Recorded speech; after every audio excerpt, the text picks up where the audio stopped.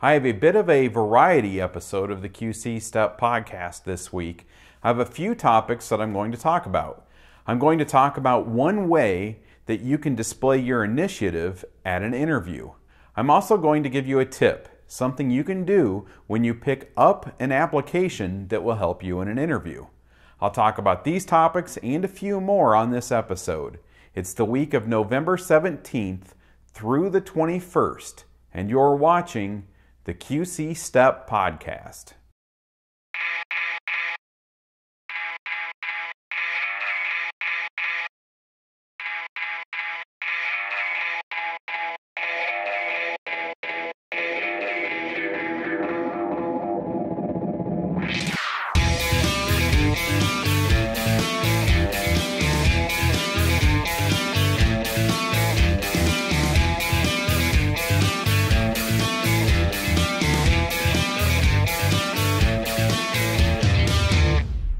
Hi, and welcome to this week's episode of the QC Step podcast.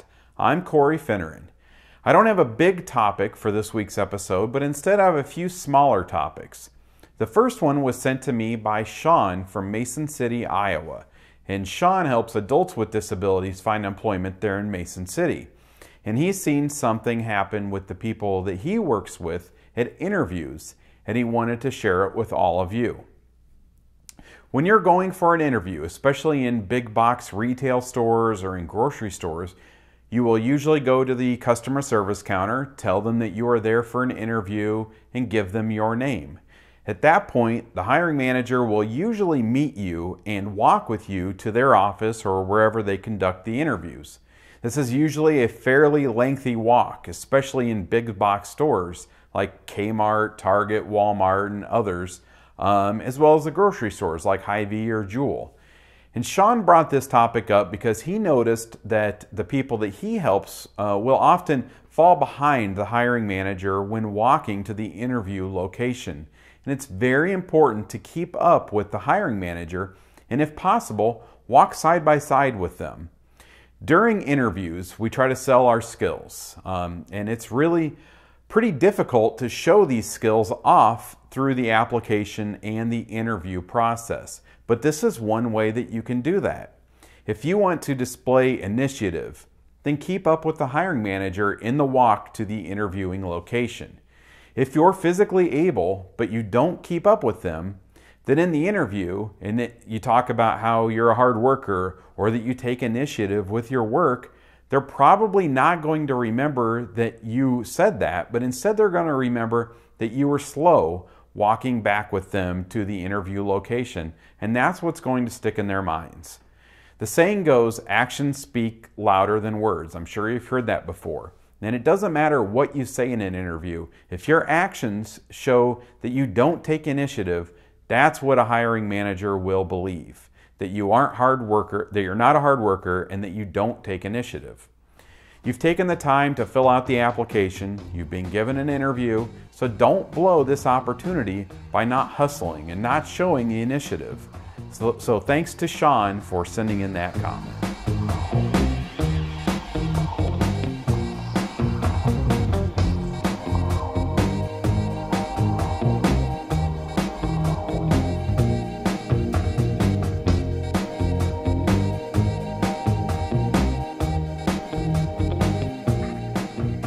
I have another tip on the application interview process that I would like to share with you. Most businesses, if not all, have a written job description for the different positions that they have in their businesses. And these job descriptions do exactly what you think that they would do. They describe the responsibilities of the job, of that position. So my tip for you is that when you apply with a business and you turn in the application, ask them if you can have a copy of the job description for the position that you're applying for. If the application was online, then look to see if they have the job descriptions posted anywhere on their website. Hy-Vee has the job descriptions for all of their positions on their website. So why would you want to do why would you want the job description before you even get an interview? Well, consider it like a cheat sheet, I guess, a cheat sheet for a test. Let's say that you're applying for the courtesy clerk position at Hy-Vee.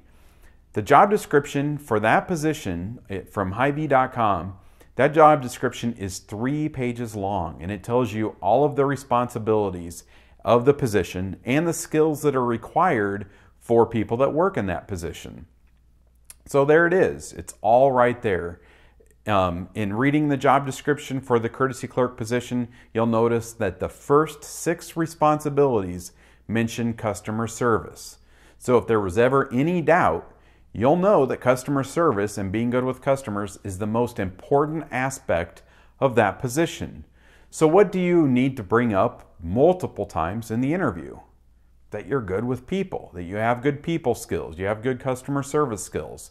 So let's say in the interview that they ask, why would you like to work here? We hear that all the time.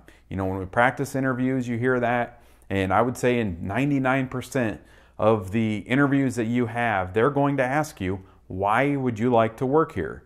So using the information that you've gathered from the job description, I would think that a good answer would be something like this.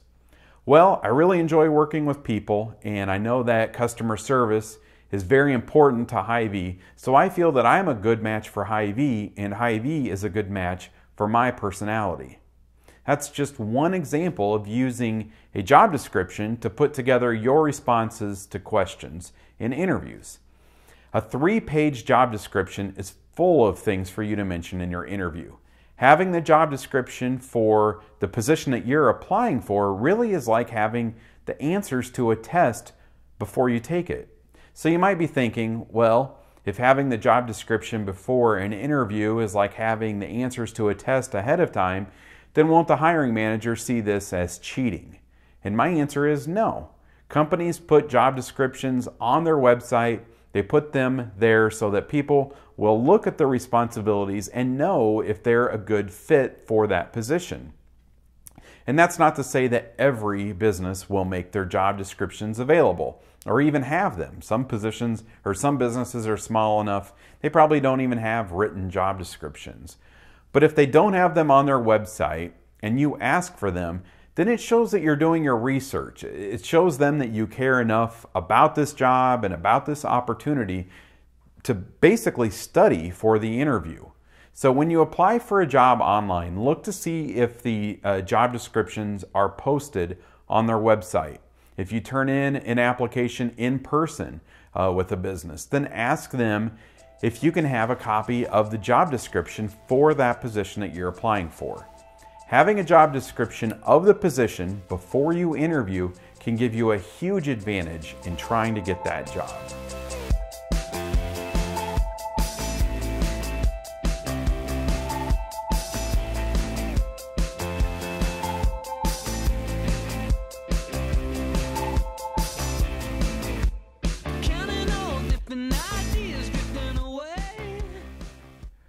Last week I was in a school and I was meeting with a student, and he had turned in several job applications, and he's kind of feeling like he's hitting a wall, I guess, in his job search. He's having trouble getting interviews. And I asked him what he feels is keeping him from getting the interviews. And he told me that he doesn't have any previous work experience. And so he's been forced basically to kind of leave that whole section of his applications blank. And I've talked about this quite a few times here on the podcast, but it's really worth repeating. And this is what I told him. Volunteer work is a very quick and easy way to get something in the work experience portion of applications. A lot of you are applying for your very first jobs, and so you just don't have that much work experience. That's why it's a good reason to do things like babysitting and mowing lawns and things like that. But volunteer work is also a great way to get something to put in that section of your applications. There are organizations all over that would love to have a volunteer for a day. And if you volunteer for one day, I see nothing wrong with putting that in the work experience portion of your applications. I think that the majority of hiring managers would have a good impression of someone that is someone that's willing to work for free to help other people and help the community and the people around them. So you might be wondering, how can you find volunteering opportunities? If you would like to volunteer and you're not sure where to do it, I would suggest getting in contact with the Davenport Volunteer Connection. And on their website, Davenport Volunteer Connection lists volunteering opportunities in the Quad Cities. So although this is kind of through the city of Davenport, they have opportunities on both sides of the river, and you don't have to be a resident of Davenport or even Iowa to participate.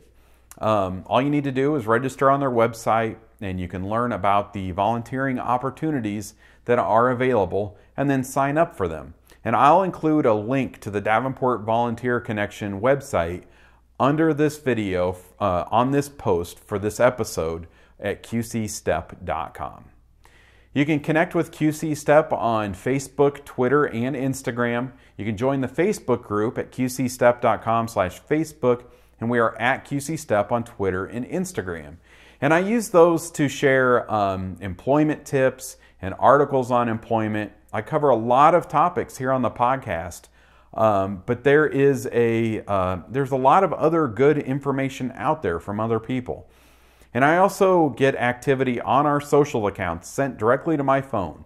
So if you're filling out a job application and you're not sure what to put in a section, or if you're preparing for a job interview and you're not sure how to handle a specific question, then post it in the Facebook group or tweet it to @QCStep. Like I said last week, consider this your personal employment help hotline. Thanks to Sean for sending in that comment on showing initiative and keeping up with the hiring manager while walking to the interview location.